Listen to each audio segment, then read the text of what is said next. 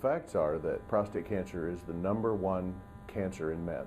About 241,000 cases will be diagnosed this year, and it is the #2 cause of cancer deaths in men, with approximately 34,000 men dying this year. Now, it doesn't cause any symptoms when it's in the stage it needs to be detected in order to be curable. Doing my yearly visits to my family doctor and doing the PSA test and tracking the PSA test, and then in 2009 he said your PSA tests are coming back too high, so we went to he sent me to see Dr. Dresner to do a biopsy and check it out, and lo and behold, I got the call that I got cancer.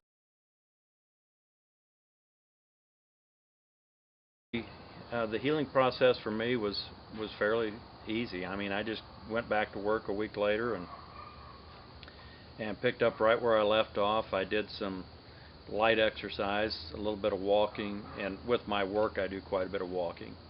So, and I felt fine. I think I drove him nuts because I'm pretty active, and I drove him nuts because I had a bike ride planned in Colorado 6.5 weeks after the scheduled surgery that I was planning on doing, which was about 475 miles of cycling through the mountains of Colorado, and I'd been training that winter for it, and he thought I was crazy, which I probably was, but I ended up doing the bike ride and going out and doing it. So I think he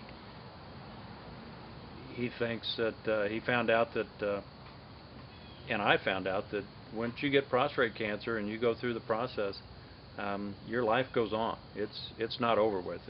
You get a whole new appreciation for life, as I did, and so I went on with that. The important thing is to get your screening started at a time when it's highly unlikely that you have prostate cancer, so that as a prostate cancer develops, if you're one of the men who's going to get it, you catch that development early.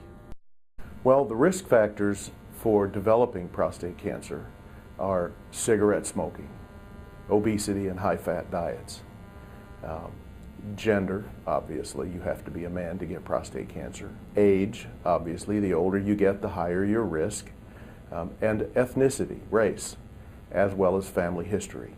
So in general, we tell men who have no risk factors to get screened starting at age 50 annually. If you are a black male, for example, if you smoke, if you have a family history of prostate cancer, then the recommended age starts to move earlier. Generally 40, sometimes 45, but we rarely recommend that anybody start screening annually before the age of 40. I decided that I wasn't going to let cancer get me, and I just had this attitude that, excuse me, but to hell with cancer. I'm going to move on. I'm going to live, and I'm going to move on and live my life, and that's what I did.